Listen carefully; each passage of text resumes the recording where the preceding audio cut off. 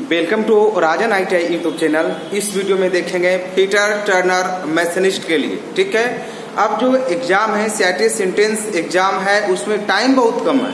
ठीक है, तो अभी इस वीडियो में देखेंगे सबसे ज़्यादा इम्पोर्टेंट क्वेश्चन, जो कि आपको ज़्यादा क्वेश्चन इससे मैच करेंगे। ठीक है, CIT सेंटेंस एग्जाम, अगर आप भी CIT सेंटेंस एग्जाम की तैयारी कर रहे हैं तो ये क्वेश्चन पीटर टर्नर मैशनिस्ट ट्रेड के लिए है, ये वीडियो ध्यान दीजिएगा। ठीक है, अभी क्या है कि टाइम कम है और अब यहाँ बात आती है कि क्या पढ़ें क्या ना पढ़ें। ठीक है, क्योंकि टाइम कम है और कम टाइम में ज़्यादा इम्पोर्टेंट क्वेश्चन को पढ़ना होगा।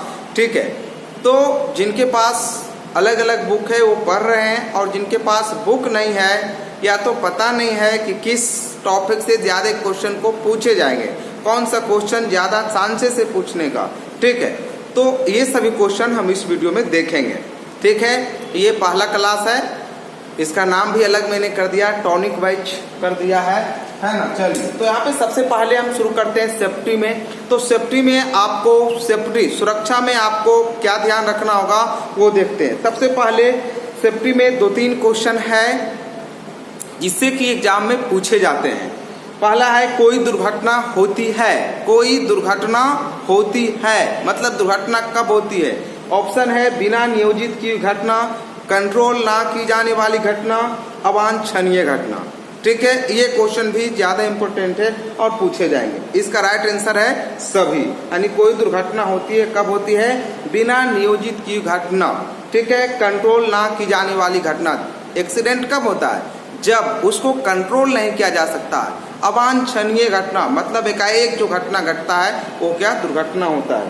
ठीक है, उसके बाद आपको सेफ्टी से दूसरा नंबर क्वेश्चन आएगा। दूसरा नंबर क्वेश्चन देखिए, जिनके पास बुक है वो ठीक है, जिनके पास नहीं होगा वो लिख लीजिएगा। क्वेश्चन है किसी तेलीय फर्श को किसके द्वारा साफ करना चाहिए? क्योंकि इस पे तो लिख नहीं सकते, टाइम कम है और टाइम भी ज्यादा लगेगा। क्वेश्चन है किसी तेलीय फर्श को किसके द्वारा साफ करना चाहिए, मतलब कोई फर्श पे तेल आयल गिर गया है तो किसके द्वारा साफ करना चाहिए। ठीक है, इसका राइट आंसर है साडस्ट या रेत डालकर। साडस्ट या रेत डालकर। ध्यान दीजिएगा, जो भी टॉनिक वाइज के तहत जो भी वीडियो आएगा इस चैनल पे, ठीक है, वो VVI क्वेश्चन रहेगा। ठीक है, आपको एग्जाम में मिलना ही मिलना है। तो इसका राइट आंसर क्या है? तेलीय फर्श को साफ किसके से करते हैं? साडस्ट या रेत डालकर। उसके बाद एक क्वेश्चन और है, आग में मिले होते हैं। आग में मिले होते हैं, आंसर है ईंधन, ताप और ऑक्सीजन। आग में क्या मिले होते हैं? ईंधन, ताप और ऑक्सीजन। चलिए, उसके बाद अगला क्वेश्चन है ग्राइंडिंग करते समय प्रयोग करना चाहिए। जो क्वेश्चन हम कर रहे हैं, अगर आपके पास बुक है तो वो क्वेश्चन आप जरूर पढ़ के जाइएगा। ग्राइंडिंग करते समय प्रयोग करना चाहिए मतलब जब आप ग्राइंडिंग कर रहे हैं तो वहां पे ऑप्शन यहाँ पर है गहरे रंग के शीशे वाली स्क्रीन, मास्क, सुरक्षा चश्मे, धूप का चश्मे। देखिए, तो यहाँ पे जो ग्राइंडिंग होता है, ग्राइंडिंग में उसका जो धूल कण होते हैं आंख में पड़ता है। इससे बचने के लिए क्या करना चाहिए? इससे बचने के लिए आपको सुरक्षा चश्मा का प्रयोग करना चाहिए। ठीक है, ये सब क्वेश्चन इसमें आएगा। चलिए, तो आगे जो क्वेश्चन है marking and marking tools. Marking and marking tools जो चैप्टर है उससे क्वेश्चन क्या आएगा वो देखिए। जो क्वेश्चन यहाँ पे हम कह रहे हैं, ठीक है, उसको आपको कम से कम रिवीजन करके जरूर जाना है। ठीक है, चलिए, मार्किंग एंड मार्किंग टूल से क्वेश्चन कहाँ से CIT सेंटेंस एग्जाम में पूछे जाएंगे? तो सबसे पहले आपको मार्किंग एंड मार्किंग टूल्स में आ जाता है सरफेस प्लेट। क्या? Surface plate. तो सरफेस प्लेट से क्वेश्चन किस प्रकार आएगा? सरफेस प्लेट किस मेटल का बना है? सरफेस प्लेट किस मटेरियल का बना होता है? लिखिएगा, सरफेस प्लेट जो है कास्ट आयरन, ग्रेनाइट, सिरेमिक, ठीक है, इससे बने होते हैं। कास्ट आयरन, ग्रेनाइट, सिरेमिक से क्या बने होते हैं? सरफेस प्लेट बने होते हैं। ठीक है, अगर इसकी परिशुद्धता की बात की जाए, कभी कभी इसकी परिशुद्धता पूछता है। सरफेस प्लेट की परिशुद्धता की बात की जाए 0.0025 mm इसकी परिशुद्धता होती है। ठीक है, सरफेस प्लेट की। अगर आपको मार्किंग टेबल से क्वेश्चन पूछता है तो सरफेस प्लेट से पूछे जाएंगे। उसके बाद अगला जो पॉइंट है मार्किंग टेबल।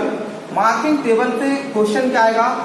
मार्किंग टेबल से हर एक बार क्वेश्चन जो रिपीट किया गया है, मार्किंग सरफेस, मार्किंग टेबल जो है इससे क्वेश्चन पूछा जाता है। क्वेश्चन क्या है? क्वेश्चन बोल रहे हैं मार्किंग करते समय, क्वेश्चन है मार्किंग करते समय रेफरेंस सरफेस प्रदान करती है किसके द्वारा? ठीक है, तो वहां पे आंसर क्या होगा? Marking table. क्यों होगा मार्किंग टेबल? क्योंकि जब मार्किंग किया जाता है, जब मार्किंग हम किसी भी मेटल में जब हम मार्किंग करते हैं, मार्किंग करने की जरूरत होती है, तो वहां पे रेफरेंस सरफेस मतलब क्या हुआ? आप मार्किंग कहाँ पे करते हैं? हाइट गेज को आप कहाँ पे रखते हैं? वर्नियर हाइट गेज को, जॉब को सरफेस मार्किंग टेबल पर रखते हैं। ठीक है, मार्किंग टेबल पर रख के आप क्या करते हैं? मार्किंग करते हैं। तो आपको मार्किंग टेबल से क्वेश्चन क्या पूछने का? रेफरेंस सरफेस किसके द्वारा? मार्किंग टेबल के द्वारा। अगर इस मटेरियल की बात की जाए कि मार्किंग टेबल किसका बना होता है, तो मार्किंग टेबल जो है क्लोज ग्रेन कास्ट आयरन का बना होता है। ठीक है, क्लियर? चलिए, उसके बाद आपका सबसे ज्यादा क्वेश्चन अस्क्राइबर से पूछा जाता है। किससे पूछा जाता है? अस्क्राइबर से। अब थोड़ी सा बता दें अस्क्राइबर क्या है, तो पता होगा कि अस्क्राइबर जो है एक मार्किंग टूल है जो क्या होता है कि हाई कार्बन स्टील के एक पतले एक तार के बने होते हैं। उसका प्रयोग कहाँ पे करते हैं? जब हम किसी वर्कपीस में मार्किंग करते हैं, जब किसी वर्कपीस में मार्किंग करते हैं तो मार्किंग करते समय चिन्ह लगाने के लिए करते हैं। जैसे मान लीजिए ये प्लेट है और इसमें आप मार्किंग कर रहे हैं स्टील रूल से या किसी से, तो यहाँ पे आपने पॉइंट किया और यहाँ पे ये लाइन खींचने के लिए आप किसका प्रयोग करते हैं? अस्क्राइबर का प्रयोग करते हैं। ठीक है, अस्क्राइबर से क्वेश्चन किस प्रकार पूछता है?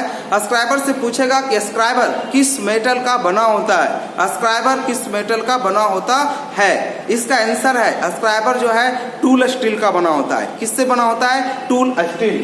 अस्क्राइबर किसका बना होता है? टूल स्टील का। अगर आपके ऑप्शन में टूल स्टील नहीं रहेगा तब ऑप्शन में क्या रहेगा? HCS, high carbon steel. High carbon steel, high carbon steel अगर ऑप्शन में रहेगा तो वो होगा, वो नहीं रहेगा तो टूल स्टील जरूर रहेगा। ये हो गई अस्क्राइबर। उसके बाद अस्क्राइबर से सबसे ज्यादा बार क्वेश्चन पूछा गया है कि जो अस्क्राइबर है उसका यहाँ पे शीर्ष कोण कितना होता है? अस्क्राइबर का शीर्ष कोण कितना होता है? इसका मतलब ये है कि इस प्रकार से अस्क्राइबर जो होते हैं बने होते हैं यहाँ से, तो ये जो नुकीला भाग होता है इसका शीर्ष कोण कितना होता है? तो 12 से 15 डिग्री। ठीक है, अस्क्राइबर का शीर्ष कोण कितना होता है? 12 से 15 डिग्री। ठीक है, यहाँ पे जो पॉइंट को हम बता रहे हैं ये पॉइंट को आपको देख के जाना है। इससे ज्यादा एग्जाम में क्वेश्चन नहीं आएगा। जो सभी चैप्टर को हम मेन पॉइंट को यहाँ से कवर कर देंगे। ठीक है, आपके पास 1 सप्ताह का टाइम है, तो 1 सप्ताह में सारी फिल्टर की जो क्वेश्चन जो बुक है, जो चैप्टर है, उससे सारी को क्या करेंगे?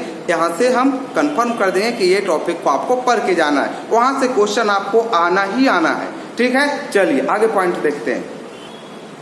चलिए आगे जो मार्किंग एंड मार्किंग टूल्स में आगे जो क्वेश्चन आपसे ज्यादा रिपीट किए गए हैं, ज्यादा जो पूछे गए हैं वो डिवाइडर से पूछे गए हैं। ठीक है, डिवाइडर को देख के जाना है।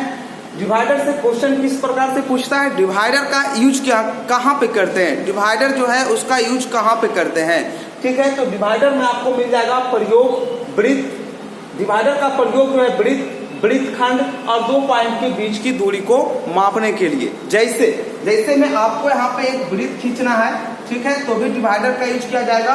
वृत्तखंड और 2 पॉइंट के बीच की दूरी मापना मतलब क्या है कि यहाँ पे एक पॉइंट, यहाँ पे पॉइंट ए है और यहाँ पे पॉइंट बी है। अगर ये दूरी को आप मापना चाह रहे हैं, ये दूरी को आप मापना चाह रहे हैं कि इस पॉइंट से इस पॉइंट दूरी क्या है, तब भी आप डिवाइडर से इसको माप सकते हैं। कैसे माप सकते हैं? इसलिए कि ये जो पॉइंट है, इस पॉइंट से इस पॉइंट, डिवाइडर के दोनों लैग को खोलेंगे और यहाँ पे पॉइंट पे सेट करेंगे।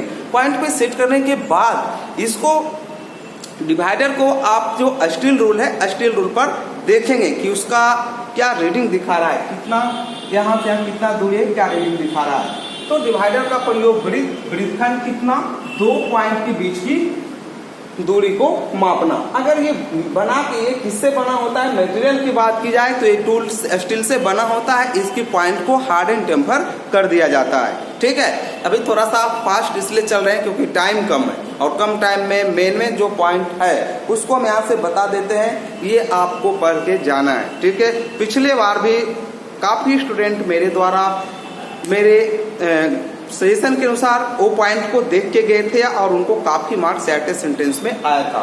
ठीक है, चलिए तो यहाँ पे ये आपका हो गया डिवाइडर्स। उसके बाद अगला जो क्वेश्चन है आपको ट्रेमल से ज्यादा क्वेश्चन पूछता है। ठीक है, इसको माने तो ये VVI माना जाता है क्योंकि ट्रेमल इससे आपको क्वेश्चन आना ही आना है।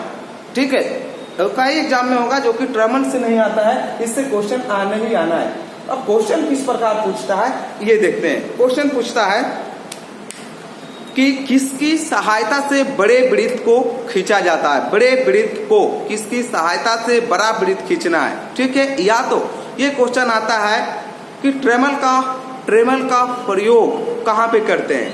ठीक है, तो बड़े वृत्त को खींचने के लिए, जैसे अब समझें कि वृत्त को खींचने के लिए डिवाइडर का भी यूज करते हैं। वृत्त को खींचने के लिए डिवाइडर का भी यूज करते हैं और ट्रेमल का भी यूज करते हैं। तो इसका यूज कहाँ पे करेंगे और इसका यूज कहाँ पे करेंगे यहाँ पे समझते हैं। जैसे अभी मैंने एक वृत्त खींचा।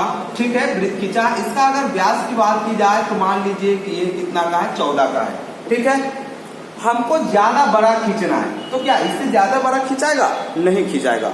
अगर बड़ा वृत्त, ध्यान दीजिएगा, इसको आपको लिख लेना है, कहीं पर नोट करना है। ट्रेमल का यूज बड़े वृत्त को खींचने के लिए किया जाता है। मतलब क्या है कि अगर ये छोटा वृत्त अगर इस प्रकार से वृत्त बनाते तो इससे बन जाएगा, लेकिन अगर आपको ज्यादा बड़ा वृत्त बनाने की जरूरत पड़ेगा तब किसका यूज करते हैं?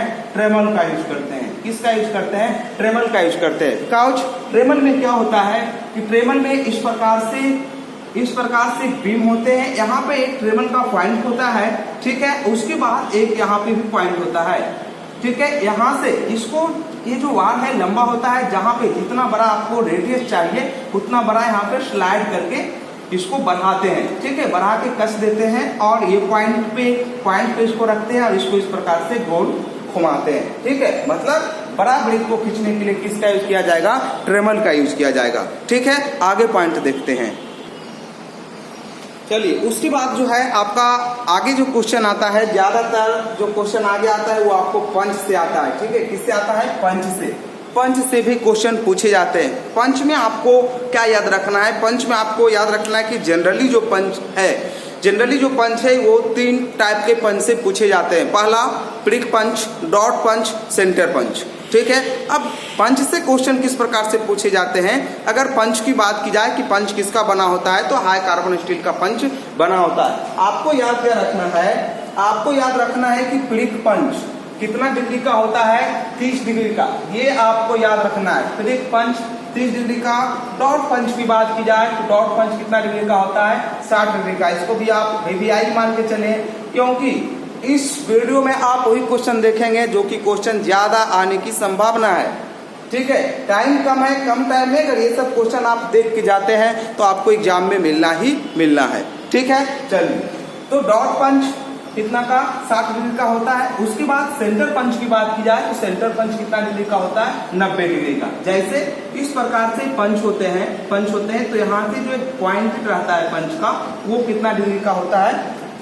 प्रिक पंच 30 डिग्री, डॉट पंच 60 डिग्री और सेंटर पंच 90 डिग्री। प्रिक पंच का प्रयोग वहां पे करते हैं जहां पे कोई मार्किंग डिवाइडर वगैरह का लेग के पॉइंट को बैठाने के लिए। वहां पे कौन सा पंच? प्रिक पंच। या तो कोई सॉफ्ट मेटल है उसमें किसका यूज करते हैं? प्रिक पंच का यूज करते हैं। ठीक है, और डॉट पंच से क्वेश्चन किस प्रकार कहा जाएगा? डॉट पंच का यूज वहां पे करते हैं जहां पे मार्किंग करते हैं। अगर कोई प्लेट है और प्लेट में आप मार्किंग करते हैं, ठीक है, तो मार्किंग को पक्का करने के लिए यहाँ पे पंच का यूज करते हैं। इस प्रकार से पंच का यूज करते हैं जिससे क्या हो ये मार्किंग तो मिटेगा, लेकिन ये पंच जो है, पॉइंट जो है ये रह जाएगा। तो यहाँ पे किसका यूज करते हैं, डॉट पंच का यूज करते हैं, यानी 60 डिग्री का। सेंटर पंच की यूज की बात की जाए तो सेंटर पंच का प्रयोग वहां पे करते हैं जहां पे वर्कपीस में ड्रिलिंग करना होता है। तो ड्रिल के पॉइंट को बैठाने के लिए, जहां पे आपको ड्रिलिंग करना है वहां पे पॉइंट को बैठाने के लिए थोड़ा सा पंच का गड्ढा निशान लगाया जाता है। वहां पे कौन सा प्रयोग पंच होता है, सेंटर पंच यूज होता है। ठीक है, तो आपको पंच में ये एंगल को याद रखना है। ठीक है, अगले की दूसरे वीडियो में हम लोग देखेंगे और ज्यादा इंपॉर्टेंट क्वेश्चन। ठीक है, और ये कहते हैं कि फिटर टर्नर मशीनिस्ट के लिए 500 इंपोर्टेंट क्वेश्चन का पीडीएफ बनाया गया है। आप चाहे तो मेरा व्हाट्सएप नंबर 9060582842 9060582842 से आप पीडीएफ ले सकते हैं। 500 ऑब्जेक्टिव क्वेश्चन रहेगा, हिंदी एंड इंग्लिश में पीडीएफ ले सकते हैं। ठीक है, आपको पीडीएफ के लिए वहां पे बताया जाएगा, इसका प्राइस 99 रुपीज पीडीएफ का रखा गया है। ठीक है, तो मेरे पीडीएफ से भी काफी क्वेश्चन मिलेंगे।